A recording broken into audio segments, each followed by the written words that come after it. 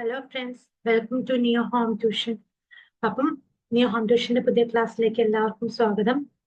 അപ്പം കഴിഞ്ഞ ക്ലാസ്സിൽ നമ്മൾ എന്താണ് ഡിസ്കസ് ചെയ്തുകൊണ്ടിരുന്നത്? സെൽ സ്ട്രക്ചർ ആൻഡ് ഫങ്ഷൻ ആയിരുന്നു അല്ലേ? അപ്പൊ ഞാൻ കഴിഞ്ഞ ക്ലാസ്സിൽ ഒരു ക്വസ്റ്റ്യൻ ചോദിച്ചായിരുന്നു. കുറെ പേര് കറക്റ്റ് ആയിട്ടുള്ള ആൻസർ തന്നു കേട്ടോ.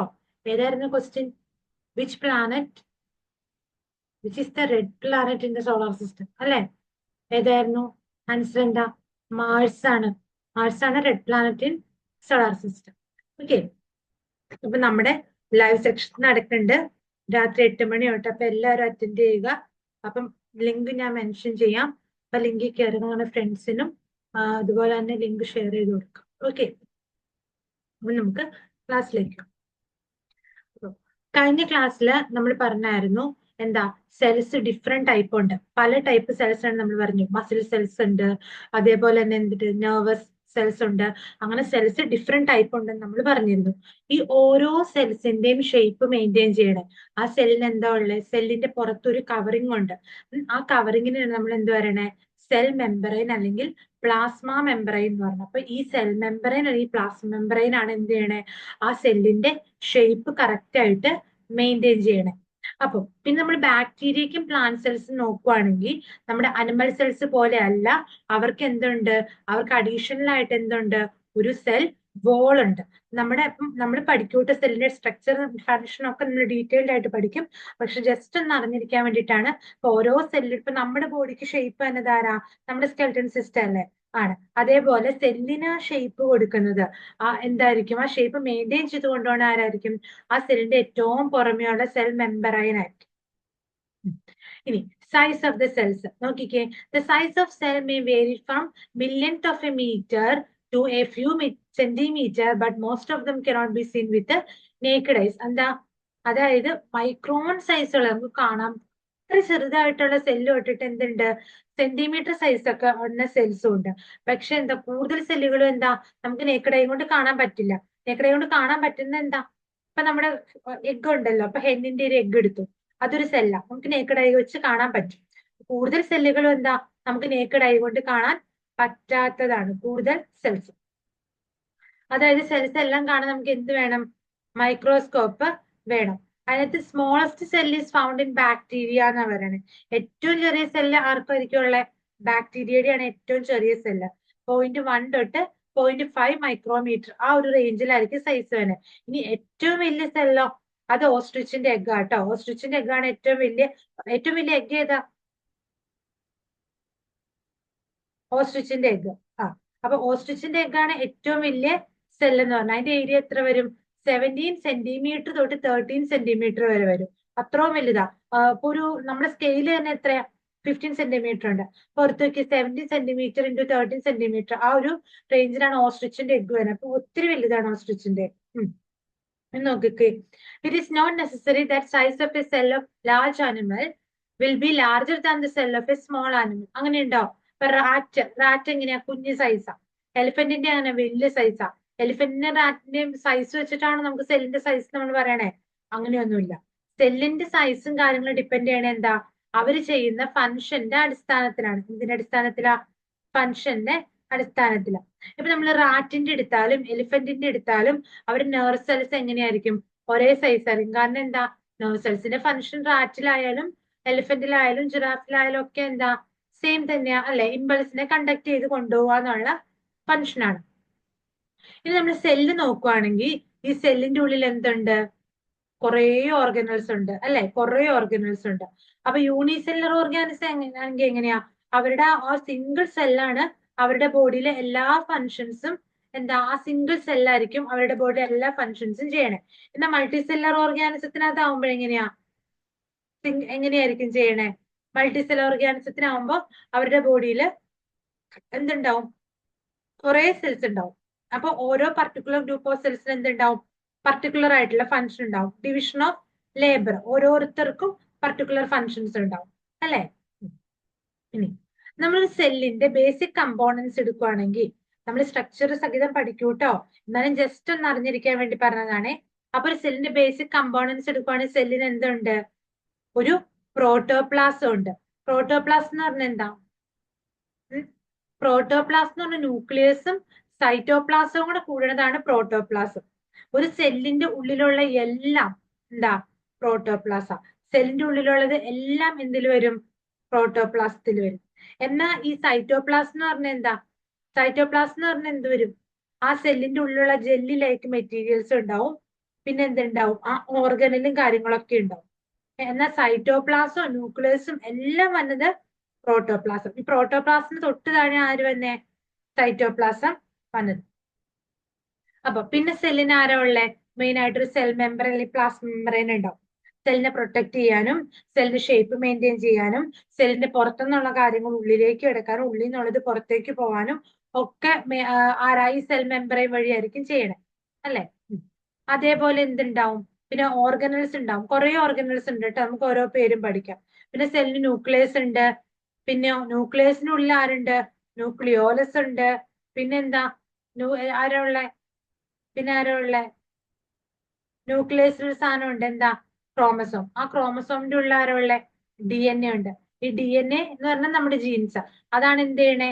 നമ്മുടെ ക്യാരക്ടറും ഒക്കെ എന്ത് ചെയ്യണ നിയന്ത്രിക്കുന്ന ഈ ജീൻസ് ആണ്. ഓക്കെ, അപ്പൊ സെല്ലിന്റെ ഉള്ളില് ന്യൂക്ലിയസിന്റെ ഉള്ളില് ക്രോമസോമിന്റെ ഉള്ളിലാണ് ആര് കാണണേ?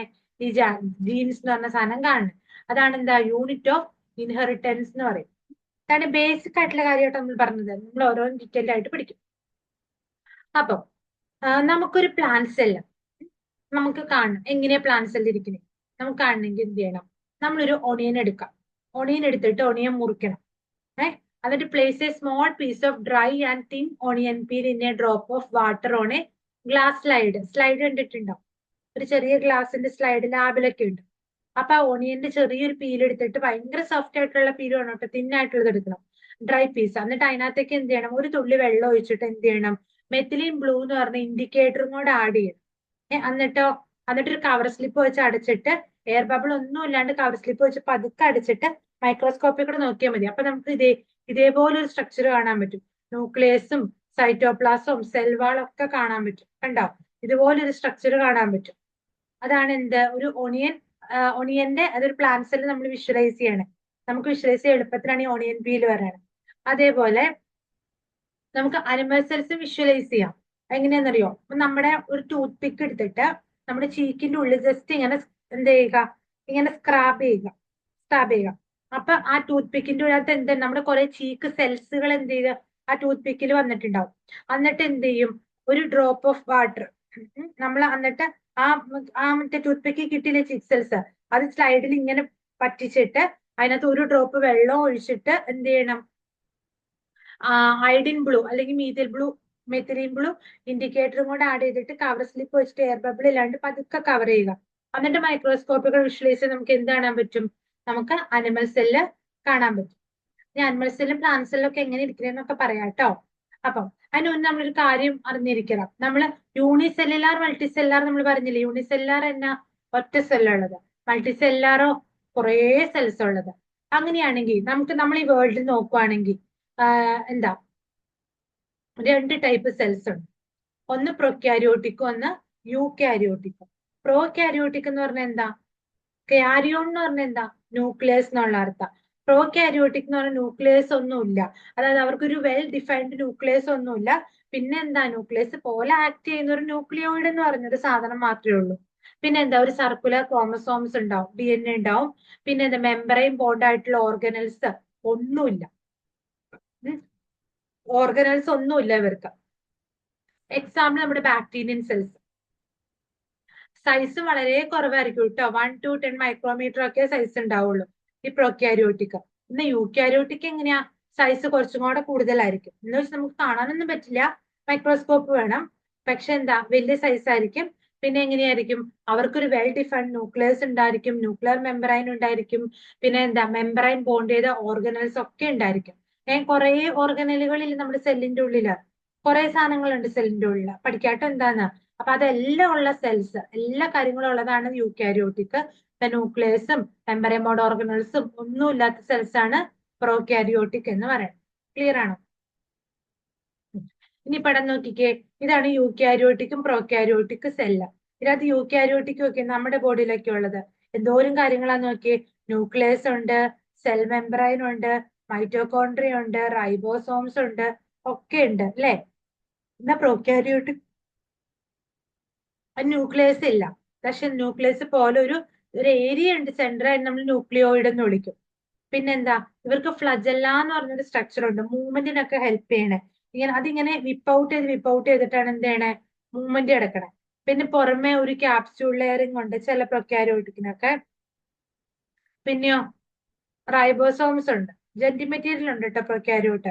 അല്ലാണ്ട് വേറെ മെമ്പറൈൻ ബോണ്ട് ഓർഗനൽസ് എന്തെങ്കിലും ഉണ്ടോ? മൈറ്റോകോൺട്രിയ ഉണ്ടോ? എൻഡോപ്ലാസ്മിക് റെറ്റിക്കുലം ഉണ്ടോ? ഗോൾഗി അപ്പാരറ്റസ് ഉണ്ടോ? ഒന്നുമില്ല. മെമ്പറൈൻ ബോണ്ട് ഓർഗനൽസും ഇല്ല, ന്യൂക്ലിയസും ഇല്ല, ഒന്നുമില്ല. ആർക്ക്? പ്രൊക്യാരിയോട്ട്. എക്സാമ്പിൾ ഏതാ? ബാക്ടീരിയ അല്ലെ, ബാക്ടീരിയ. ഇനി കൂടുതൽ യൂക്യാരിയോട്ടിക് ഓർഗാനിസ് എന്താന്നാ പറഞ്ഞേ? കൂടുതൽ യൂക്യാരിയോട്ടിക്കും എങ്ങനെയാ, മൾട്ടി സെല്ലുലാർ ആണ്. അവരുടെ ബോഡിയിൽ കുറെ സെൽസ് ഉണ്ടാവും, കൂടുതൽ യൂക്യാരിയോട്ടിക്കും. അവർക്ക് എന്താ, പ്ലാസ്റ്റിഡ് ഉണ്ട്, മൈറ്റോകോൺട്രിയ ഉണ്ട്, ഗോൾഗി ബോഡി ഉണ്ട്, ഇങ്ങനെ എല്ലാ സാധനങ്ങളും ഉണ്ട്. എക്സാമ്പിൾ നമ്മുടെ ഫംജൈ, പ്ലാന്റ്, അനിമലിയ എന്ന് പറഞ്ഞ കിങ്ഡം, അത് അനിമൽ സെൽസ്. ഇവർക്കൊക്കെ എങ്ങനെയാ, ഇവരൊക്കെ യൂക്യാരിയോട്ടിക്കാ. വെൽ ഡിഫൈൻഡ് ന്യൂക്ലിയസും എല്ലാ ഓർഗനൽസും ഒക്കെ ഉള്ള യൂക്യാരിയോട്ടിക്കിൽ വരുന്നതാണ് ഇവരെല്ലാം. ഇതാണ് നമ്മുടെ സെല്ല്. നമ്മുടെ സെല്ല് നമ്മൾ ടെസ്റ്റിൽ വരച്ചു വെച്ചേക്കണേ എന്ന് അറിയോ? ഇങ്ങനെ ഫ്ലാറ്റ് ആയിട്ടല്ലേ വരച്ചു വെച്ചേക്കണേ. നമ്മുടെ സെല്ല് ഫ്ലാറ്റ് ആയിട്ടല്ലാട്ടോ ഇരിക്കണേ, ഒരു സ്പിയർ പോലെ, ഒരു സ്പെറിക്കൽ ഷേപ്പ് ആണ്, ഒരു ബോൾ പോലെയൊക്കെ ഇരിക്കണേ. അതിന് നമ്മളിങ്ങനെ ടെസ്റ്റിൽ പഠിക്കാൻ എളുപ്പത്തിൽ നമ്മളിങ്ങനെ അതിനെ മുറിച്ചിട്ട് ഉള്ള ആ പോർഷനാണ് നമ്മൾ കണ്ടേക്കണേ. സെല്ല് എങ്ങനെ ഇരിക്കണേ, നല്ല റൗണ്ട് ആയിട്ട് സ്പെറിക്കൽ ആയിട്ടാണ് ഇരിക്കണേ. അപ്പൊ ഒരു സെല്ലിന് എന്തൊക്കെ കാര്യങ്ങളുള്ളതെന്ന് നോക്കിയേ. സെല്ലിന്റെ ഏറ്റവും പുറമെ എന്തുണ്ടെന്ന് നോക്കിയേ, ഒരു പ്ലാസ്മ മെമ്പറൈൻ ഉണ്ട് സെല്ലിനെ കവർ ചെയ്ത്, പ്ലാസ്മ മെമ്പറൈൻ. പിന്നെ ആരാ അതിന്റെ അടുത്തായിട്ട് ആരുണ്ടെന്ന് നോക്കി, ഗോൾഗി അപ്പാരറ്റസ് ഉണ്ട്, പെറോക്സിസോം ഉണ്ട്, എൻഡോപ്ലാസ്മിക് റെറ്റിക്കുലം ഉണ്ട്, പിന്നെ ആരാ, ലൈസോസോം ഉണ്ട്, സെക്രട്ടറി വെസിക്കിൾസ് ഉണ്ട്, പിന്നെ ആരുള്ളത് നോക്കി, സ്മൂത്ത് എൻഡോപ്ലാസ്മിക് റെറ്റിക്കുലം ഉണ്ട്, റൈബോസോംസ് ഉണ്ട്, ന്യൂക്ലിയസ് കണ്ടോ, ന്യൂക്ലിയസ്, ആ ന്യൂക്ലിയസിനുള്ളിൽ ന്യൂക്ലിയോലസ് ഉണ്ട്. എന്തൊക്കെ കാര്യങ്ങളാ, അങ്ങനെ കുറെ കാര്യങ്ങളുണ്ട് എന്തില്, ഒരു സെല്ലിന്റെ ഉള്ളിൽ. ഓരോന്നിനും എന്താ, അതിൻ്റെതായ എന്തുണ്ടാവും, ഫങ്ഷൻസ് ഉണ്ടാവും. ഓരോന്നിനും അതിൻ്റെതായ ഫങ്ഷൻസ് ഉണ്ട്. സെൽ മെമ്പറൈന്റെ ഫങ്ഷൻ നോക്കാം. സെൽ മെമ്പറൈന്റെ ഫങ്ഷൻ എന്താ, ഒരു സെല്ലിനെ വേറൊരു സെല്ലിൽ നിന്ന് സെപ്പറേറ്റ് ചെയ്യുക. ഒരു സെല്ലിന്റെ ബൗണ്ടറി, ഇപ്പൊ നമ്മുടെ വീടിരിക്കണ ചുറ്റും നമ്മൾ മതിലൊക്കെ കെട്ടി ബൗണ്ടറി ഉണ്ടാക്കില്ലേ, ആ മതിലെന്ന് നമ്മൾ പറയില്ലേ, മതില്, ഫെൻസ്. അതുപോലെയാണ് സെൽ മെമ്പറൈൻ. ആ സെൽ മെമ്പറൈൻ വഴിയാണ് എന്ത് ചെയ്യാൻ പറ്റുള്ളൂ, ഒരു വസ്തുവിന് സെല്ലിന്റെ ഉള്ളിലേക്ക് കിടക്കാനോ അല്ലെങ്കിൽ സെല്ലിന്റെ പുറത്തേക്ക് പോണെങ്കിലോ ആര് വഴിയേ പറ്റുള്ളൂ, ഈ സെൽ മെമ്പറൈൻ വഴിയേ പറ്റുള്ളൂ. ഈ സെൽ മെമ്പറൈൻ കഴിഞ്ഞു, അത് ഇനി പിന്നെ നമ്മൾ എന്താ, അപ്പൊ നമ്മളൊരു മതിൽ കെട്ടി, അതിന്റെ ഉള്ളിൽ നമ്മുടെ വീടുണ്ട്. അപ്പൊ മതിൽ കടന്നു കഴിഞ്ഞാൽ പിന്നെ എന്നായിരിക്കും, കുറെ ഏരിയ ഇങ്ങനെ ഉണ്ടല്ലേ, കുറെ ഏരിയ ഇല്ലേ, 5 സെന്റ് അങ്ങനെ കുറെ ഏരിയ ഉണ്ട്. ആ ഏരിയ, അതിനാണ് നമ്മൾ സൈറ്റോപ്ലാസം എന്ന് പറയുന്നത്. ഇവിടെ സെല്ലിന്റെ ഏരിയ എങ്ങനെയാ, സൈറ്റോപ്ലാസം ഒരു ജെല്ലി ലൈക്ക് സബ്സ്റ്റൻസ് ആണെന്നാ പറയണേ അല്ലെ. സെൽ മെമ്പറൈനും ന്യൂക്ലിയസിനും ഇടയിലുള്ള എന്താ, ഇപ്പൊ നമുക്ക് എക്സാമ്പിൾ പറയുകയാണെങ്കിൽ, ഇപ്പൊ നമ്മുടെ വീട്, നമ്മൾ ഒരു മതിലിട്ടേക്കുക, ഒരു 5 സെന്റ് സ്ഥലം, അതിന് നടുക്ക് നമ്മുടെ വീട് ഇരിക്കുക. ഈ നമ്മുടെ വീടാണ് ന്യൂക്ലിയസ് എന്ന് വിചാരിക്കുക, നമ്മുടെ വീടാണ് ന്യൂക്ലിയസ്. അപ്പൊ ഈ വീടിന് ചുറ്റും ഉള്ള ഏരിയ, അത് നമ്മുടെ മതിലിനും വീടിന്റെ ബൗണ്ടറിക്കും ചുറ്റുമുള്ള ആ ഭാഗം, അതാണ് നമ്മുടെ സൈറ്റോപ്ലാസം. അതായത് ന്യൂക്ലിയസിനും സെൽ മെമ്പറൈനും ബിറ്റ്വീൻ ആയിട്ട് കിടക്കണ ജെല്ലി ലൈക്ക് സബ്സ്റ്റൻസ് കൊണ്ട് ഉണ്ടാക്കിയ പോർഷനാണ് സൈറ്റോപ്ലാസം. ഈ സൈറ്റോപ്ലാസത്തിലാണ് എന്തുള്ളേ, സെൽ ഓർഗനൽസ് എല്ലാം ഉള്ളത്. എന്തുള്ളേ, സെൽ ഓർഗനൽസ് എല്ലാം എവിടെയാ കാണുന്നത്, ഈ സൈറ്റോപ്ലാസത്തിന്റെ ഉള്ളില്. കണ്ടോ, ഈ പടം കണ്ടോ, ഈ ഇതിനകത്ത് നോക്കിയേ, ഈ പുറമെ കാണുന്നത് സെൽ മെമ്പറൈൻ, ആ നടുക്ക് കാണുന്ന ന്യൂക്ലിയസ്. ഈ സെൽ മെമ്പറൈനും ന്യൂക്ലിയസിനും ഇടയിലുള്ള ആ ലൈറ്റ് കളർ, ലൈറ്റ് ഒരു ഓറഞ്ച് പോലത്തെ കളർ കണ്ടോ, ഒരു ക്രീം കളറ്, ആ പോർഷനാണ് എന്ത്, സൈറ്റോപ്ലാസം. ഈ സൈറ്റോപ്ലാസത്തിലാണ് എന്ത് കാണുന്നത്, എല്ലാ ഓർഗനൽസും കാണുന്നത്. ക്ലിയർ ആണോ, എല്ലാ ഓർഗനൽസും കാണുന്നത്. ഇനി അടുത്ത് നോക്കിക്കേ, ഇനി സെൽ വാൾ എന്ന് പറഞ്ഞ സ്ട്രക്ചർ. ഇപ്പൊ നമ്മള് ഹ്യൂമൻ സെൽസ് അല്ലെങ്കിൽ അനിമൽ സെൽസ് എടുക്കുമ്പോൾ നമുക്ക് സെൽ മെമ്പറൈൻ ഉള്ളൂ. പക്ഷെ പ്ലാന്റ്സിന് എന്താ, ഈ സെൽ മെമ്പറൈന്റെ ചുറ്റും വേറൊരു അഡീഷണൽ ആയിട്ടുള്ള ഒരു കവറിങ് ഉണ്ട്.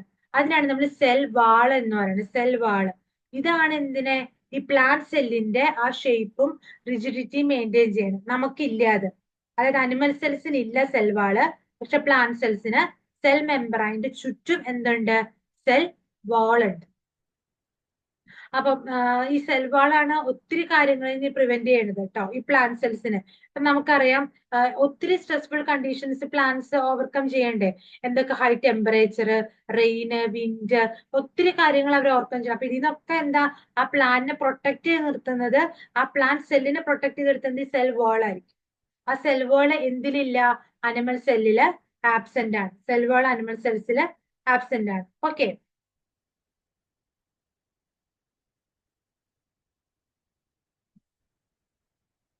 അപ്പം ഇത്തരം കാര്യങ്ങൾ മനസ്സിലായോ?